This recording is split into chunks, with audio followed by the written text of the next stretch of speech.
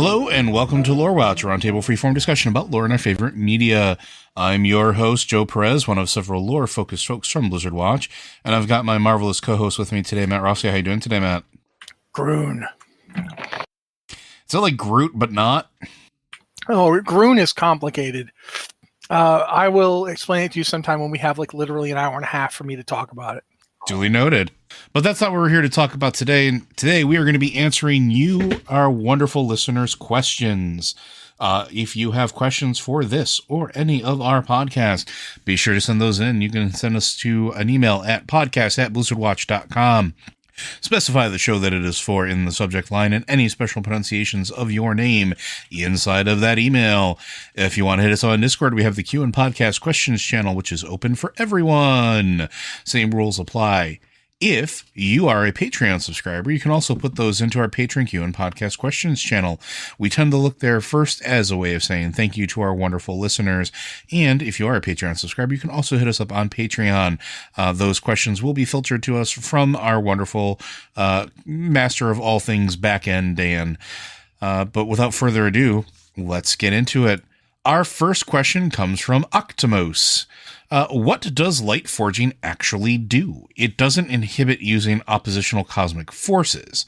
I know it's ceremonial and all that, and that there's a trial in the case of the Army of Light, but with the Lightbound forcibly doing so, as Xera attempted to do to Illidan, it seems unclear what light forging even means.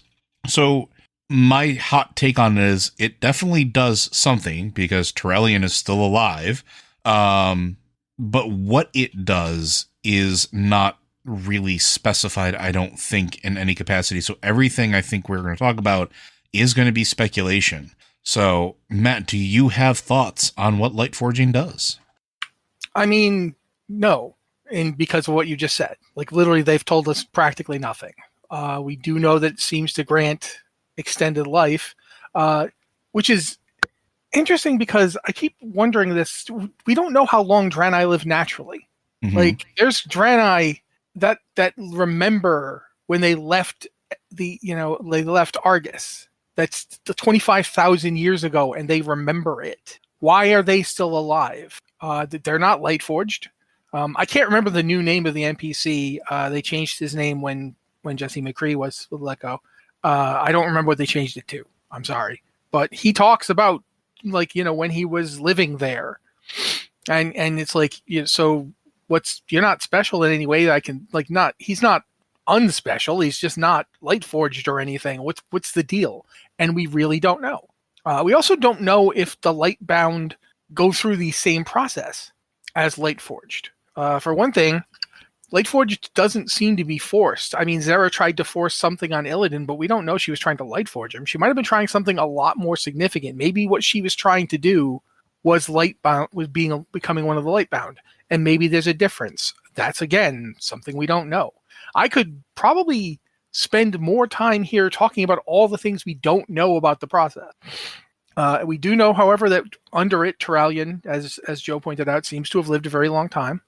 We know that they could do it to Loxion, and yet it still seems like he might be reporting back to his other Dreadlord friends, or, Denathrius himself. There's at least some evidence that somebody is reporting on the light to the Nathrezim. When you're in Shadowlands, there's like a... Did you call him Luxion? Do you mean Lothraxion? Lothraxion, sorry, yeah. Yeah, okay, I was confused for a moment, sorry. Dude, I'm not going to remember all these names. There's so many freaking names. But seriously, there's a lot of potential evidence that whatever light forging doesn't affect your mind to the point where you could theoretically even be a double agent. These people aren't drones. They're not controlled. And it certainly seems like Lothraxion does not, if he is the spy, which we don't know for sure. I mean, certainly it seems very likely, but we don't know for sure. But if he is the spy, clearly he kept his loyalty to Denathrius even after becoming light forged. And we know that the light really affects the beings from Revendreth. We know that one Naru burned a swath through that place. So we know that it's quite possible to really do damage to Denathrius and his children with the light. So the fact that Lothraxion is light something. I mean, I don't know if he's considered light forged or not, but he's clearly infused with the light. He doesn't. If he is the spy, he does not seem to be bothered by that. So whatever it is, it does not seem to control minds. And we don't know that the light bound, their minds have been controlled. We don't even know that. They might just agree. We don't know why Zera thought forcing it on Illidan would change his mind. Like, clearly she didn't think that he really meant what he was saying, or she was convinced that once he'd been exposed to the light in this manner, he'd fall in a line. I don't know why she thought that. We don't have any real insight into her thought process. And to some degree, she's a giant crystal alien made out of kind of like crystallized light and shadow. I don't know that we could really understand Zera's thought processes. So, yeah, I mean, if you honestly believe there's just one true path, then maybe you believe that once you've illuminated it, it's obvious and everybody will follow it. I don't know. I can't even answer that question. So, yeah, there's a lot of I can't tell yous to this. They've done very little to explain what this thing does. Yeah, I mean, the only thing that we know about it is that it is at least a similar infusion of energy into the way that the Void Elves basically take that element into themselves, although we know a little bit more about the Void Elf process than we do actual light forging. Yeah, we've seen the Void Elves do things with the Void. Yes. I haven't seen a Light Forge do anything with the light that's particularly special. Like they don't teleport through it. They're just light forged. Yeah, I think the only thing that we possibly even get is again going back to Trellian, right, with 1,000 Years of War. Basically, it's the only like glimpse that we have that it gives you some form of, I don't want to say extra vitality, but I really don't know how else to really describe it. That it definitely changes you in some way, but the question is, does it actually change you, or are you just being imbued with the light, which is an eternal sort of element, right? Yeah, I mean, also we can try to use some stuff in game in terms of if you roll a light forged. Mm-hmm. The racial ability is basically an AoE light bomb. You hit one guy with it, and then a few seconds later, he explodes and hits everybody around him. Mm-hmm. I mean, so that's some kind of smite thing. You could argue that that's you could say, okay, if it's in gameplay, it doesn't necessarily mean that Lightforged can all do this, but it's we've got evidence that it's at least thought of. But like, what does that entail? Like, are you forcing the light to do something, or are you just asking it to, or is it just instinctive? Like, again, just so many questions we don't really have answers to. Do you think the fact that Trellian's not just still alive? He's 1,000 years old. Well, over 1,000 years old. Yeah, but he doesn't. His hair is white, but otherwise he hasn't physically changed. Well, yeah, I was going to say his hair turning white was part of that process, I think. Yeah, I mean, it could have just been bleached. Yeah, by the power of the light through him. Yeah, it is really hard to come up with anything in specific. I mean, he was a paladin before, so he was already doing stuff with the light. It's very hard to nail anything down here. Yeah, and I mean, I don't know if they'll ever actually talk about it, because it's one of those things that it was convenient at the time, and I don't know, I hate to say it like this, I don't know that we're going to have a purpose to revisit it anytime soon. The only thing we know as far as like in-game mechanic-wise that even give any sort of inkling that, regular folks can call upon the light in ways that, paladins and priests were doing already, is that in the racial abilities that are given in game. So Light Forged has Light's Judgment, which lets them call down a holy light strike. Basically, essentially just summoning almost like a lightning bolt of holy energy. They can summon a Forge of Light, which enables blacksmithing. So literally they can bring down just a basic forge. Yeah. Because they're the light forge. Yeah, and then as Matt said, when it's stricken down, that it explodes from you like a bomb with Light's Reckoning, and then you take less light damage because, well, you're already partially made of light or have light inside of you. It's interesting because one of the ways that I've been thinking about this is there seems to be a lot of similarities to this and kind of what happened with the Demon Hunters, at least in terms of ingesting power. And again, because I think of it in the same way, like when talking about the Void Elves and some of the other entities, like ingesting Fel, like we saw some warlocks doing some other entities, it becomes a fuel source for you, but it not necessarily is always harmonious. And we don't know that those that are light forged, like it is a harmonious relationship, because the light doesn't necessarily have a will. I mean, it does and doesn't. We've talked about this a lot. Like beings that are comprised of the light seem to be able to have a will, but the light itself doesn't really seem to care. Matt's brought this up before with Sir Zeliek, right? Sir Zeliek is a great example. He is an undead abomination, a member of the Scourge that was raised and now, resides in Naxxramas doing the bidding of evil agents, but he can still call upon the light, though it hurts him. Forsaken Priests, we used to talk about it where it was like, it was in canon that they would like cauterize themselves or burn themselves while calling upon the light, but they could still call upon the light. You would think that the light wouldn't, if it had a will of its own, it wouldn't be called upon for them. We know that, was it Alonsus Fowl, or was it Benedictus? I can't remember. It was Benedictus. It wasn't Benedictus. Yeah, thank you. Fowl never betrayed the light. Thank you. But Benedictus, when he betrayed the light, was still able to call upon the light, right? Like part of that encounter is him still wielding the light. So the light doesn't really seem to do anything aside from be able to be called upon. And I started looking at this, I'm like, but it seems kind of like demon hunters, right? So when a demon hunter is going through that process, they essentially fight a demon and consume the demon, and the demon is inside of them, their essence, where they can draw upon that power to fuel their demon hunterness. It's always at odds with them, and it's always in danger of consuming them should they ever lose control of it. Void Elves do the same thing. They take the void into themselves. The difference between the light and like the demon hunters and the Void Elves is the void talks to them. It opens up visions. It calls to sympathetic energies. We see this in The War Within as Illyria is chasing after Xal'atath.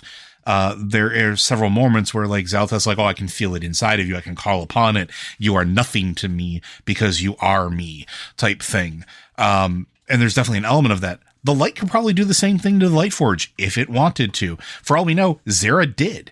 We don't know a lot about the Xera's interaction with the Lightforge pre us kind of getting involved. Like we have some bits and bobs of history. We know that she could be a tyrant, but we don't know if what the Lightforge were choosing to do were they were doing willfully, or if she was exerting some form of control because of the light inside of them. Because remember when Illyria got imprisoned, right? Turellian didn't exactly oppose it. He thought it was for a really good idea. And it feels like if he was really thinking clearly, or his thoughts were his own, that he would probably be against his wife being imprisoned.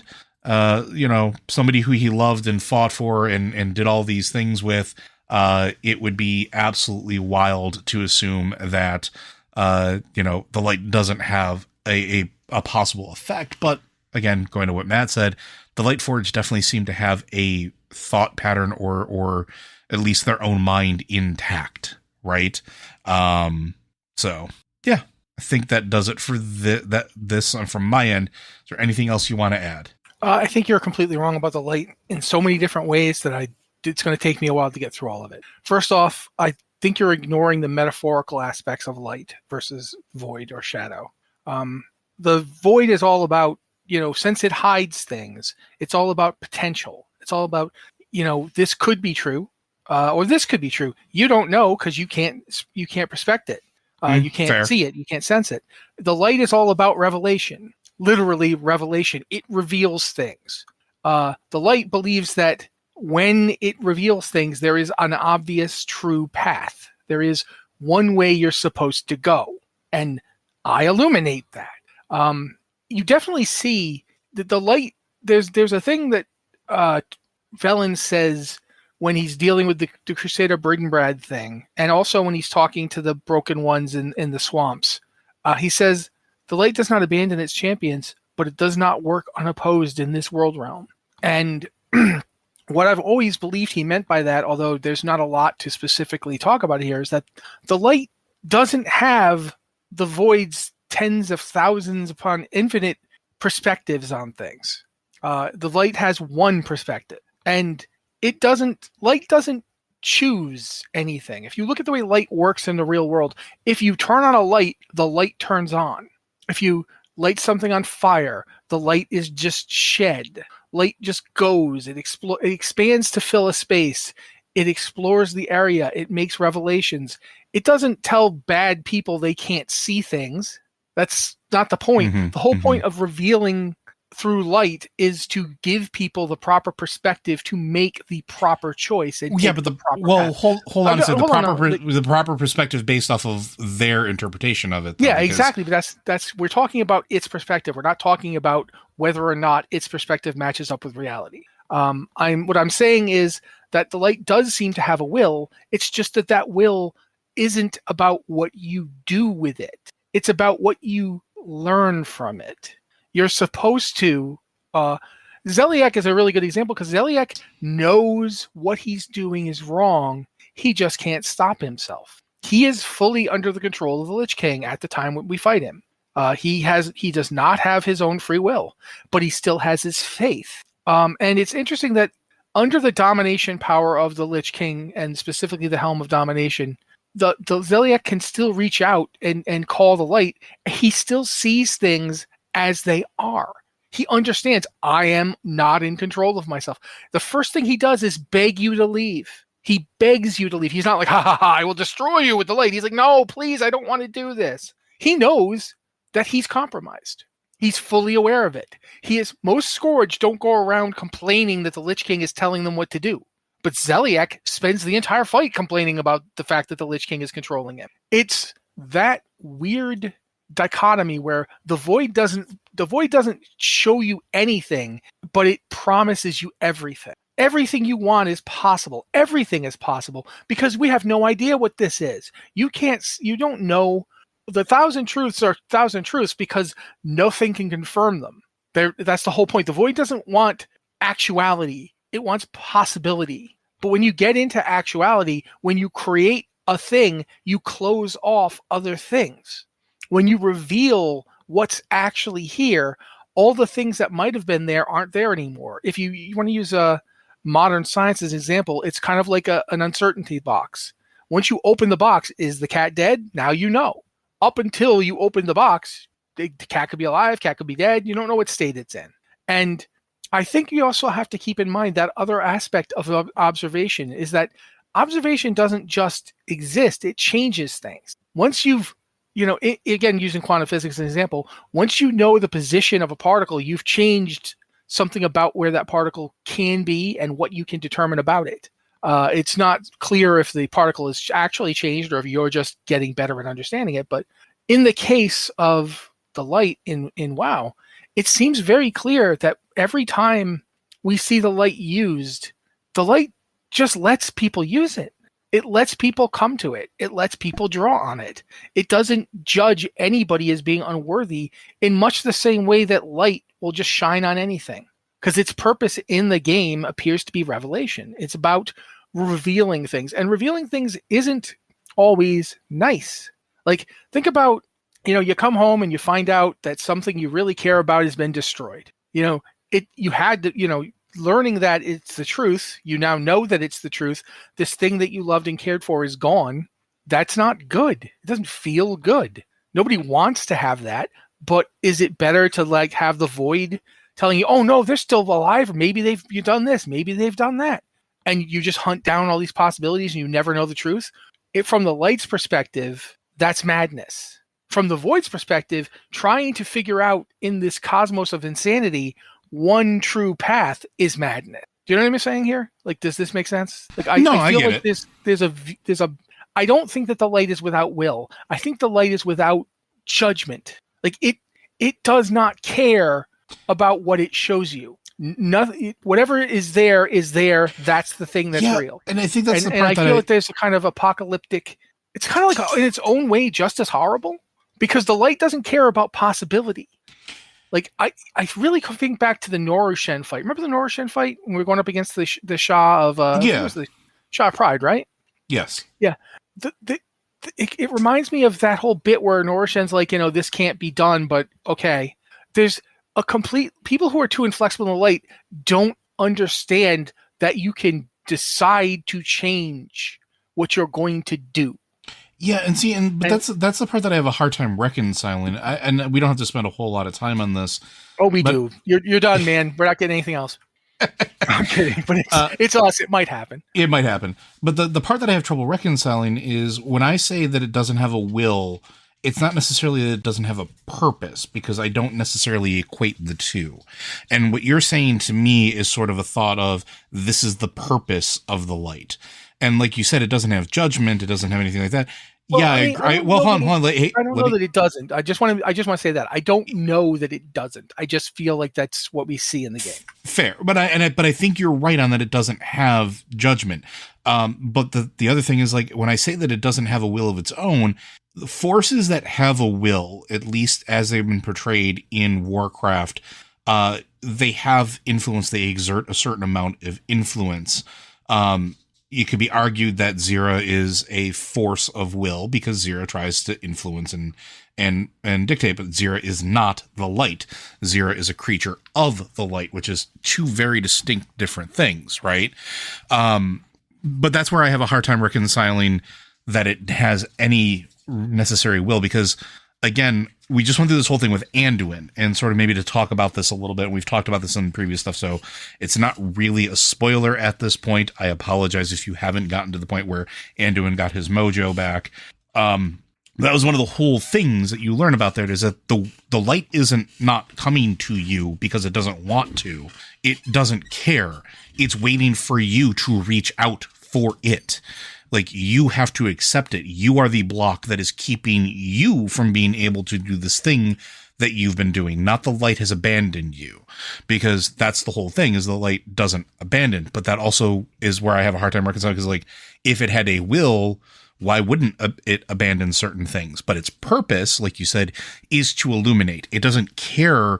It doesn't have a sort of defining thing of what it will show you. It will just show you. Right. Whereas the void shows you, it wants to show you, but it feels like it has sort of like an intellect or a malice about it in some capacity. Like, it overwhelms you. And maybe I'm wrong. Maybe the void also doesn't necessarily have a will, and that it is, by my own argument, that it is beings of the void that, are the ones that are trying to exert that will through it. Like, we see that with Xal'atath. So, like, I could see both arguments, but that's the part that I have a hard time sort of like, reconciling, because even when you get light elementals, right? Because we do know that they canonically exist. The light elementals don't do their own bidding. They do the bidding of who or what conjured them into existence. And there is no back and forth give and take. And then you look at warlocks who get their power from that fel energy and very clearly are making deals or subjugating intelligent beings, whether it's imps or succubus, they're not right? Subjugating the all fel, though. They're subjugating individual beings. So by your own argument, it's the same deal. Which again, I'm getting to that. I think that, and maybe my own argument applies to all this as well, because fel itself, I don't know necessarily has an intellectual design, right? It's not a being of thing. It's a cosmic force. That cosmic force just is. It doesn't necessarily have an intent behind it. It has a purpose. It does what it does, but it doesn't necessarily say, well, everything that consumes my power is going to act this exact way. So maybe by my own argument, none of these primal forces have any will behind them, and everything really just breaks down to those who are wielding it. Or those who have high levels of influence over it, like the Ziras, like the Void Lords, like Xal'atath. Maybe that's the argument to have. I don't know. But plus there's also the idea, quite simply, that you're trying to define an entity that is far beyond the limited perspective of a mortal being. Sure. And saying it doesn't seem to have a will, it doesn't have a will the same way a tree doesn't have a will, or an ocean doesn't have a will. There's very hard to argue that something that doesn't ever deviate can have a will in that regard. The void, I always thought this about the void. I don't think the void is trying to do anything. I don't think it's malevolent. I think the void lords could be. I could see that the Void Lords are malevolent, sure, because they want to do something that the Void doesn't necessarily care about one way or the other. They want to undo existence. But the Void existence is one possibility. Why would the Void care if it's manifested? You know, it doesn't mean the other possibilities are all gone. Some are, but in an infinite situation, you can subtract an infinity from infinity and still have an infinity. We've banished all prime numbers into non-existence. Okay, the set of possible numbers is smaller, but it's still infinite. So it's not actually smaller. It can't be smaller or larger. That's the problem with infinity. And I think a lot of the stuff we view, the quote unquote good of the light, the evil of the void, the other kind of evil of Fel, it's because mortal beings interacting with these forces are pushed in directions that aren't natural to them, or are more accurately stated, they're natural to them, but normally they're involved in a lattice. Like you have, like let's use human, just a random human person as an example. You have things you care about these things, you care about these people.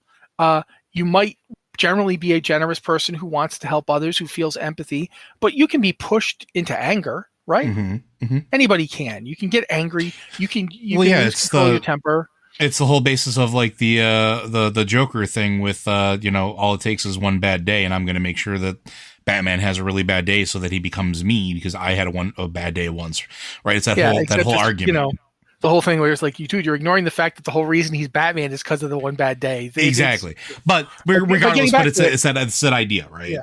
Getting back to it though, like left to your own devices in a world where these things are just concepts and they don't actually show up when you call on them, you're going to find your own path through this. You're going to decide for yourself, when will I be selfish? When will I be caring and giving? When will I do this? And sometimes, as people have pointed out, sometimes you have to be selfish. It's like, I'd like to help you, but I have literally nothing left. If I give you what little I have left, I'm going to fall. And then who's going to help you? The whole idea is that you can't set yourself on fire to keep someone else warm. But these forces don't care. I think at a fundamental level, they don't care because they're not trying to do anything to you. The light is a revelatory force that embodies all these aspects that we've come to associate with light. The void is the exact same thing, but for darkness and confusion and, impossibility being possible. The two of them are axis points on a continuum. Neither of them really actually needs to care. And I think they might actually have a will, but it would be practically impossible to explain what the heck it was, because we're sitting here, and I think this is one of the reasons why mortals in the Warcraft universe exist. And it goes back to that whole idea that we've talked about it before. When oh bloody heck, Algalon. When Algalon shows up and says, you can't possibly win. You can't beat me. I'm going to destroy this planet now. You should make peace with that because it's about to happen. And you're like, no, and you beat him, even though it's not possible.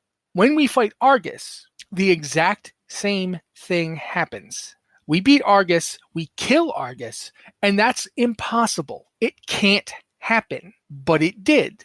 And that's as much because we have a little bit of that void looking for possibility in us. And we have a little bit of that Fel that lets you just change and do weird things that are just, they don't make sense. They're not logical. But we also have that little spark of light in us that lets us see things and understand, oh, okay, if I do this, then this. This is the void cannot give you a consequences response. Like that what's that old saying? You can make a decision, but you have to live with the consequences of your decision. The void doesn't. That's not the void's deal. But the light is all about that. So if you combine the two, you can see multiple points of view and understand that there will be consequences to pursuing any of them. And with Fel, you have the ability to make decisions that are just, you can change yourself. I mean, if we look at what the Fel does to beings that take it in, whether it's demon hunters or what have you, it changes things on a fundamental level. It alters things.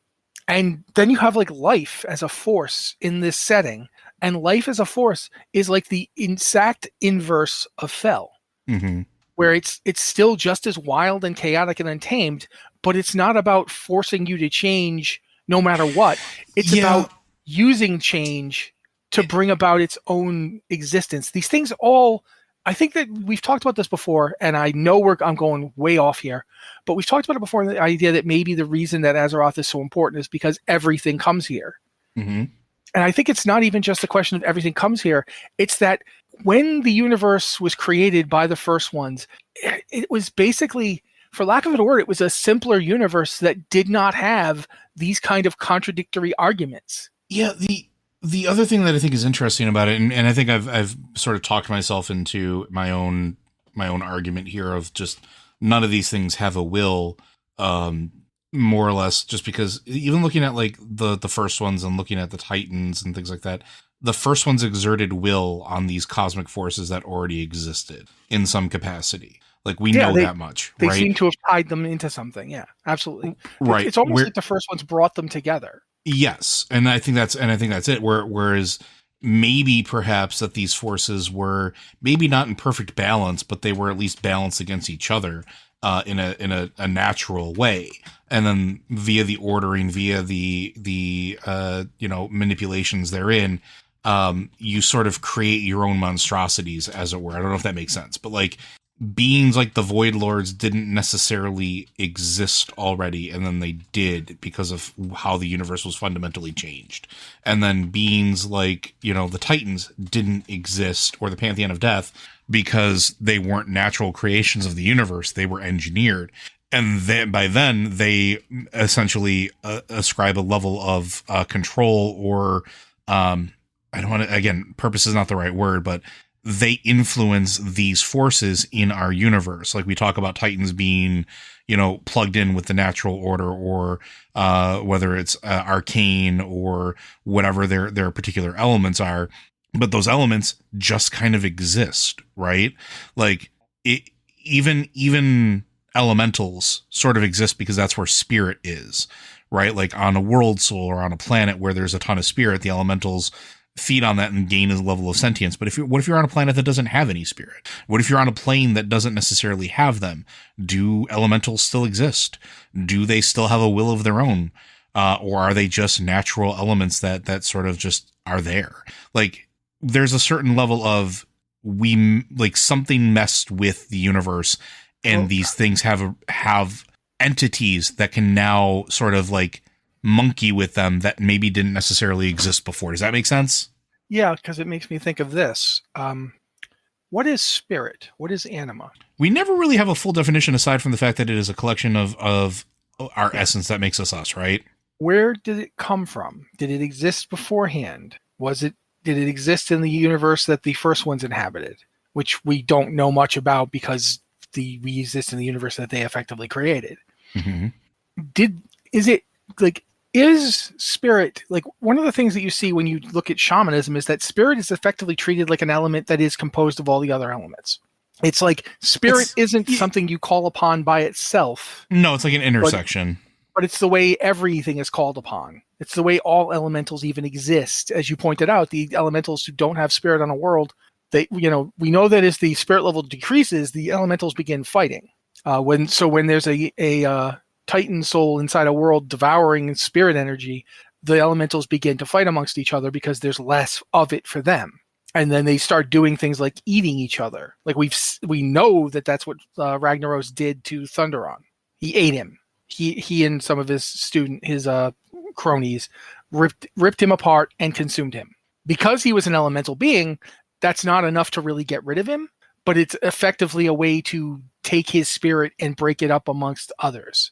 And they do that. Like that up until the coming of the old gods, they were fully engaged in that process. They did it for countless millennia. So then we go back to what is spirit? What is anima? Is anima its own unique thing that is just individual and which everything else kind of rests on? Like, is it like an ocean that these icebergs of other forces float on? Is it a combination of all of them? Is it like every little bit of all these intersecting forces? Is it to these cosmic forces what it also is to the elementals? Because we've seen that the elements are very dependent on it.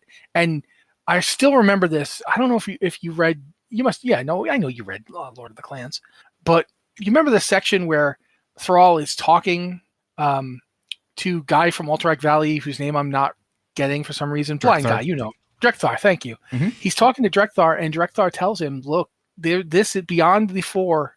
There is spirit, and it is the linchpin of this, and it's the reason that orcs have their orcish shamans talk to ancestors. They talk to ancestors because ancestors are like holding themselves in the spirit to pass their knowledge on to their descendants before they leave. Because do they know that the Kyrian are going to try to wipe their minds? Like, are they aware that there's a possibility they could lose that, and that's why they hold on until they can pass it on to their descendants? They can tell the children and grandchildren, no, here's everything I learned when I was alive. And is that process, think about that process for a second, of like a shamanic thing where you envision your ancestor and they say, here's everything I learned when I was alive. That is exactly what the creation of the universe by the first ones is trying to do. Mhm. It's trying to get information that otherwise is lost on death and pass it on. And death itself, as it exists in that setting, exists as essentially a way to redo it. In other words, Ardenweald is the only aspect of the Shadowlands that is necessary, because they have to go back. Things have to go back and do it again, because that's iteration. Mhm. And that's how this cosmos seems to be set up. It's set up so, yes, all that spirit energy, all that anima goes to the Shadowlands where everything is powered. But look at what happened when the drought happened. The drought was happening to all the realms. In Maldraxxus, it just made them fight each other more. In Bastion, it just made them like, what's going on? We can't even run our robots. But in Ardenweald, it squeezed everything to a stop. And what is Ardenweald's business? The return of entities to life. Like Revendreth was the only one that wasn't hurt by any of it, because the Revendreth literally had anima batteries. Mm-hmm. They literally had people that they were squeezing for anima, like oranges on a hot day. And we saw with Garrosh that if you fought the process, you actually made the process work better. The older liables are the ones who don't let you take all their anima. They won't change for you. And if the anima is literally the sum total of everything you learned in your life, what does that say about the people who fight to keep it, who won't let it go? They won't play along with the process, right? So there's a lot of thoughts to this that come back to like the whole, what's the light, what's the void? Like, do they have a will? Do they have a purpose? Is that the same thing? Is it different? I find myself wondering if creation exists to do this strange dance to try and prepare an existence that can survive whatever's coming, then in the will of all of the forces in it is to execute that purpose, right? Okay. Or more accurately stated, the will isn't theirs. The will is those that made this thing. And they're not the light in and of itself. The first ones didn't create any of those forces. So the will that's involved it might not be, do they have a will? It might be, what is will to them? Yeah, and I mean, and then it comes to the existential question of, if a being is created and programmed, is programming will, or is programming just executing, a predefined set of instructions? This is where Fel comes in, because if you have programming and you can't deviate from it, then no, you don't have will. But if you can decide not to do something, even though you're programmed to do it, if you can say, no, I don't think this is right. This doesn't work for me. I'm not going to do this. That's will. Will is the ability to say no to yourself. And we've seen it. And we've seen it in so many different ways. Zeliek is a perfect example of somebody who doesn't successfully say no to himself. He can't. He's being forced to by domination magic, which is why domination magic in this idea, it's why domination magic is so bad, because it prevents you from being you. In order to have a you, in order to be a you and not somebody else, you have to have your own will. Mm-hmm. And it's just, I think that you said this one a long time ago, and I've been thinking about it since, and I haven't come up with anything for it, but you talked about how Anduin, sorry. Anakin, we're a different thing, guys. But you talked about Although how not too far off. yeah, you talked about how Anduin was basically perfect for the jailer's purposes because he could channel the light. He was a perfect vessel, trained. But what does that say? Like, if you rely too much on any one force, are you compromising yourself? When you have Anduin in Hollowfall, and he finally reconnects with the light, he reconnects to the light through somebody else. Yeah, but the way that he does is, I understand that, but the way that he does it, I think, is important because of the lesson that he's taught there. Yeah, and that's what I'm getting at is none of us by ourselves can see the whole picture. Anduin needed Farron to be there. She didn't heal him and she didn't instruct him. She simply demonstrated something, and he saw it and realized, wait a minute.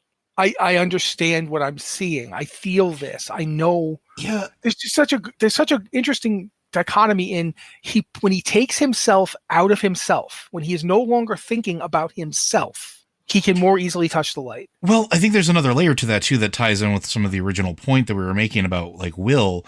One of the things Anduin, like in that whole exchange, is like trying to, talk with Farron about is the light has abandoned him. The light, it doesn't, I've done bad and the light is making me pay for it.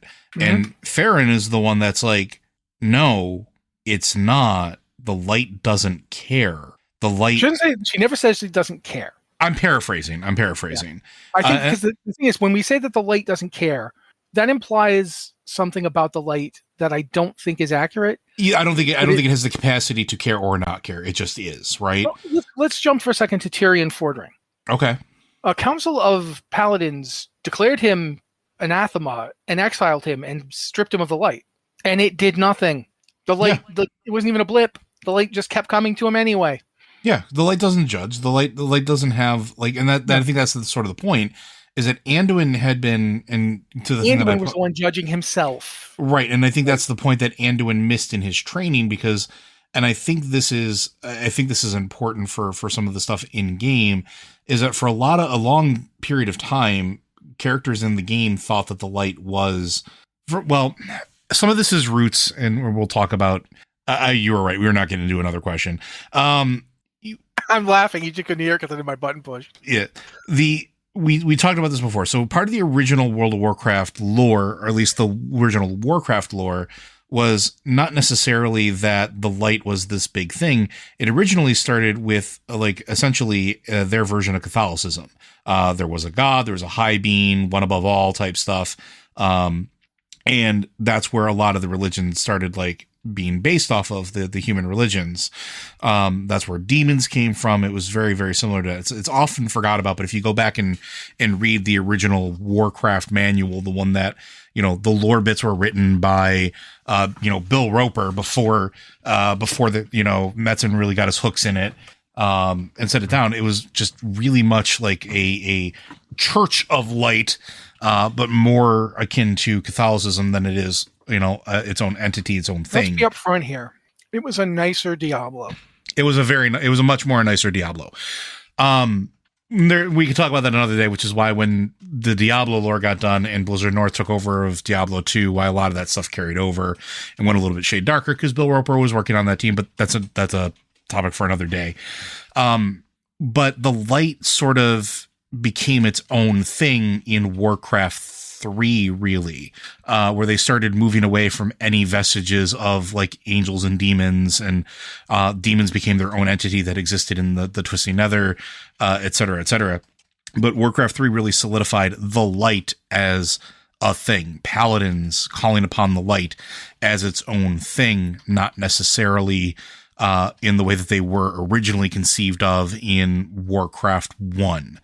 And I think that Anduin's teachings from the NPCs were sort of an artifact of that time. You were taught to become a perfect vessel for the light. If you were a paladin, if you were a priest, you opened yourself to the light and let it work through you.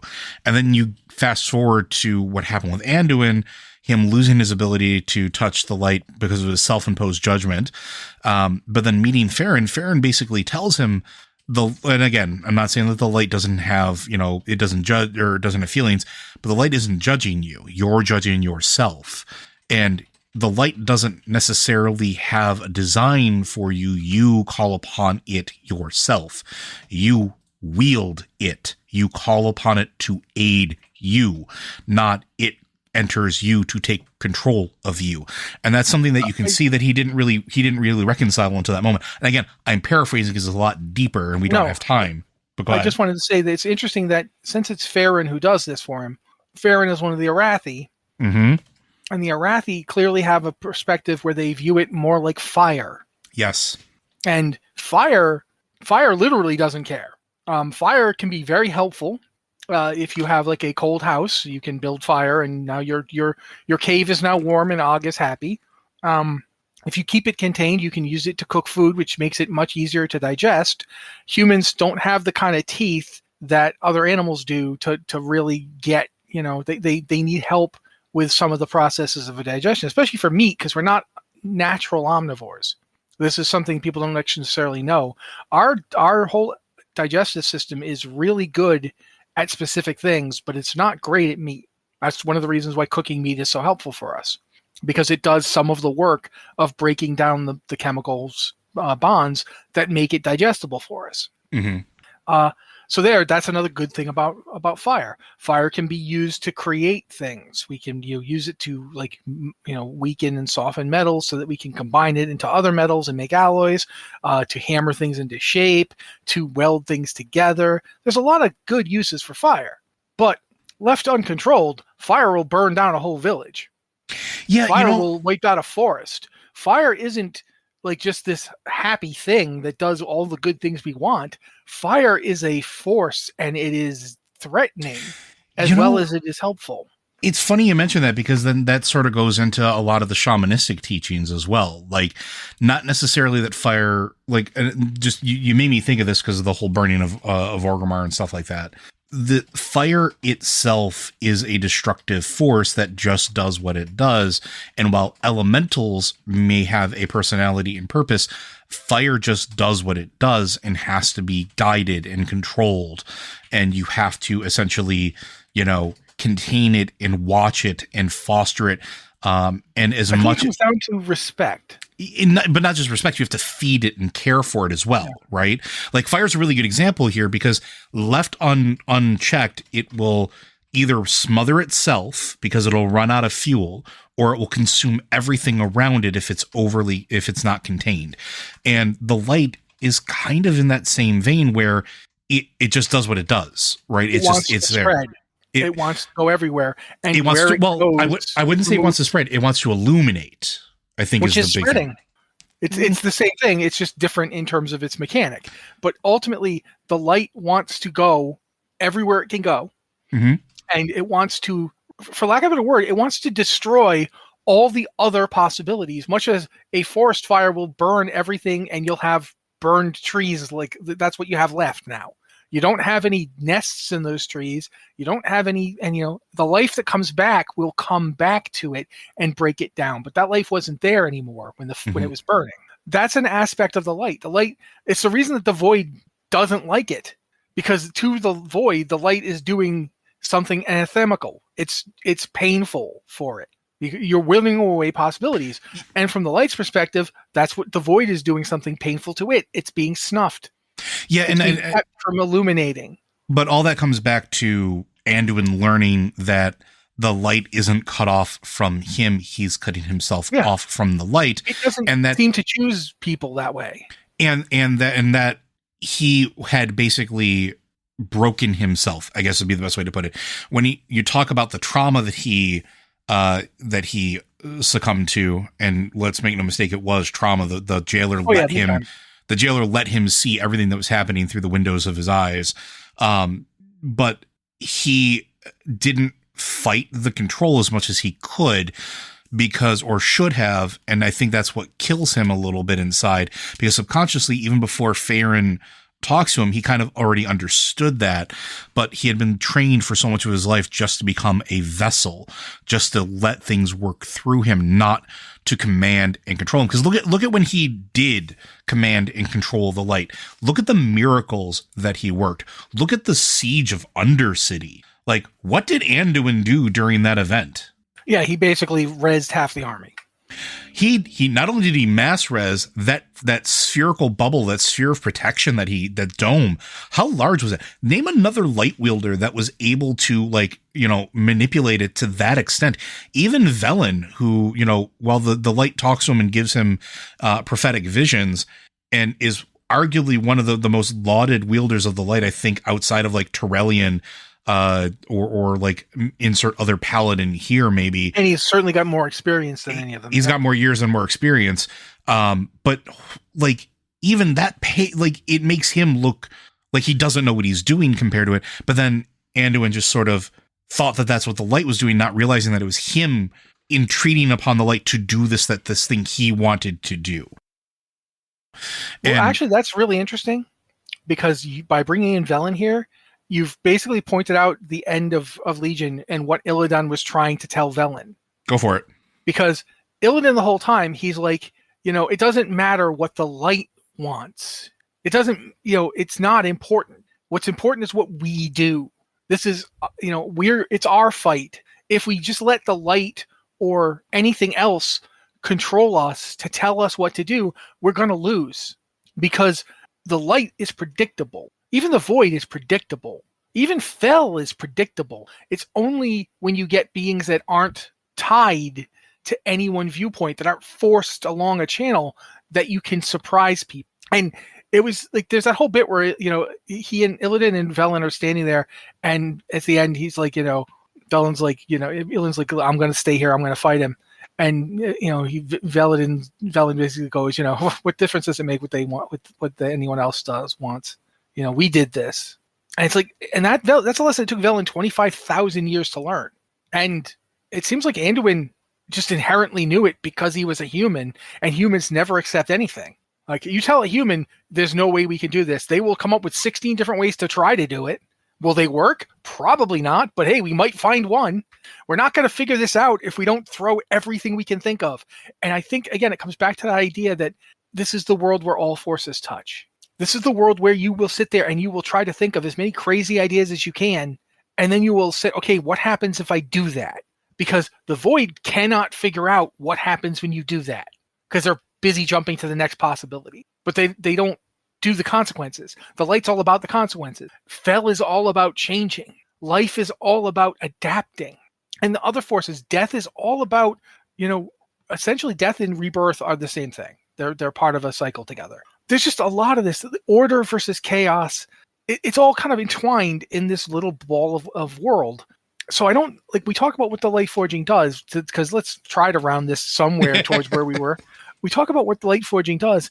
If anything, light forging just seems to give you a more direct connection to the light. Yeah, I mean, and there is definitely like an effect, like we said, like there's definitely some physiological changes, but that might not be because of the light forging process. That might just be because somebody in touch with the light can decide I have too much to do. Yeah, exactly. Right. Like, in going back to it, where the light doesn't necessarily have a will, it just is. That might be a huge part of it, where like Torellian is like, I'm not allowed to die. So the light says, okay, we're just going to keep regenerating you. That's what you're asking for. That's what you're asking of us, even if you don't think so. So sure, why not? It might not even be that's what you're asking. It might be what you need. Yeah, or straight up, like you mentioned it already, Anduin told the light to make that giant bubble and res everybody. He didn't ask it to do that. Yeah. He told it to do that. The light will be fine with people telling it what to do, because the light does not have the same level of desires that we do. The light is a force. It's not a person. There's no, like, you can't go to the realm of light and have a conversation with the light. You could stand on a cliff and talk to the ocean, but the ocean, there's no ocean there to come up and go, hi. Like, an individual spirit might come up, but it's not the whole ocean. The ocean transcends that. Now, does the ocean destroy boats? Absolutely. All the time. But it's not destroying the boats because it hates boats. It's destroying the boats because it's a gigantic body of water, and those boats are just not going to be able to survive every possible encounter with it. Mm-hmm. You know, and I do think that the problem with this, and the problem I have with it, even as I'm arguing it, is I do wonder if this is me anti-anthropomorphizing the light. Like, am I cutting away something that the light has? Yeah, but I don't know that we've ever been shown anything to indicate otherwise. Because again, going back to it, and like I said, I think I've argued myself into the argument of that these forces don't have a will inherent to them, is that every time we've seen anything ascribed to like a will or a demand or anything like that, it's not the force itself, but something that wields the force that is doing it. Right? Like, it's whether it's the Titans or whether it's the Void Lords or whether it's Zera. These are all entities that are essentially wielding that force and ascribing to it a thing, like a will or a purpose that may not be what, if it had any say in it, that it would do. And we've never seen or talked to the pure void. We've never seen or talked to the pure light. And I don't know that we ever will, because as you've pointed out earlier, and I think this is ridiculously accurate, these are forces beyond our mind's comprehension, even as player characters, even as the heroes that we are, and as much as we've done. These are unknowable entities or things, even if they're not entities, they're just forces beyond our reckoning. And they may have also been forces beyond the reckoning of beings like the first ones. Yeah, it could very well be that what you're looking at is just a means to try and use these forces to create something new. It doesn't mean that the forces themselves, like the light or the void, we aspire hostility to them, but we don't know that they're actually hostile to each other. Mm-hmm. They're just anathemical to each other. Anathema? Yeah, I can't say this. Anathema or antithetical. Yeah, the antithetical. Thank you. Antithetical is what I was looking for. They're inherently opposite by their nature, which means that they interact in specific ways. But that's like saying an electron hates a proton. No, the electron doesn't hate the proton. Electrons have a negative electrical charge, and they do this, and protons have a positive electrical charge, and they sit in the center. And that's how matter works. And then you have that this is how the fundamental building blocks of this universe are these forces, and they work as they work. And it means that, does it mean that demons are horrible? Yes. But the demons aren't the Fel. Fel is astonishingly dangerous. Yes. It destroys souls. It scars flesh. It is powerful it's powerful like a nuclear bomb or fallout or radiation would be. But radiation isn't evil. Mm-hmm. It's just dangerous. You don't mess with this. Know what you're doing. Respect it. Understand it. And don't try to make it do things that it's not going to do, because that's not what it's there for. In Warcraft, however, mortal beings can force things to happen because they can want it bad enough. And we also in World of Warcraft and in real life, and I think this cannot be overstated, have a tendency to anthropomorphize everything. We ascribe feelings and things that maybe don't exist, but align with what we want from it. Or, what we believe. Like you said before, Anduin couldn't talk to light because he believed he couldn't. Mm-hmm. If it's very possible, Xal'atath might be doing all this because Xal'atath believes that it's what the Void wants. And since Xal'atath is actually a being of Void much closer to the Void than us, who's only fairly recently gained kind of a mortal perspective, Xal'atath has no problem getting the Void to do all sorts of things. But that doesn't mean that Xal'atath actually understands the Void any more than we do. I mean, in case in point, we still don't even know Xal'atath's origin. We have vague ideas. Not 100% sure what her plan is. Yeah, but we don't know what her plan is. We don't know where she comes from, what her motivations would be. We know that she was gathering Void power and dumping it somewhere, because it definitely was not all that she had gathered was in that thing when we shattered it. Let's be pretty honest about that. That was a pretty weak showing of what would have been in there otherwise. Yeah, so it's the fact that it didn't explode and tear the entire room apart. Yeah. So it's definitely somewhere. It's being used for something, but we don't know what that thing is. So yeah, there's a lot here. We could probably talk again for another 2-3 hours about cosmic forces. But I don't think either of us have time for that today. No, not today. So I'm going to call it there. I think if you're good with that one, Matt. Yeah, I mean, like you said, could keep going forever. All right. Well, friends, I do want to remind you that Blizzard Watch is made possible due to the generous contributions at patreon.com/BlizzardWatch. Your continued support means that this podcast site and community is able to thrive and grow. Blizzard Watch supporters enjoy exclusive benefits like early access to the podcast, better chance of having your question answered on our podcast, or the Q and an ads-free site experience. Again, if you have questions for this or any of our podcasts, be sure to send those in. podcast@blizzardwatch.com. Specify the show that it is for. Enter any special pronunciation of your name with it. You can hit us up on the Q and podcast questions channel on Discord as well. Same rules apply. And if you are a Patreon subscriber, you can hit us up on the Patron Q and Podcast Questions channel, where we tend to look for our questions first as a way of saying thank you for helping keep the lights on, or you can send them directly to us on Patreon, and Dan will make sure that we do get those into our hands. But with that, folks, we'll see you next week.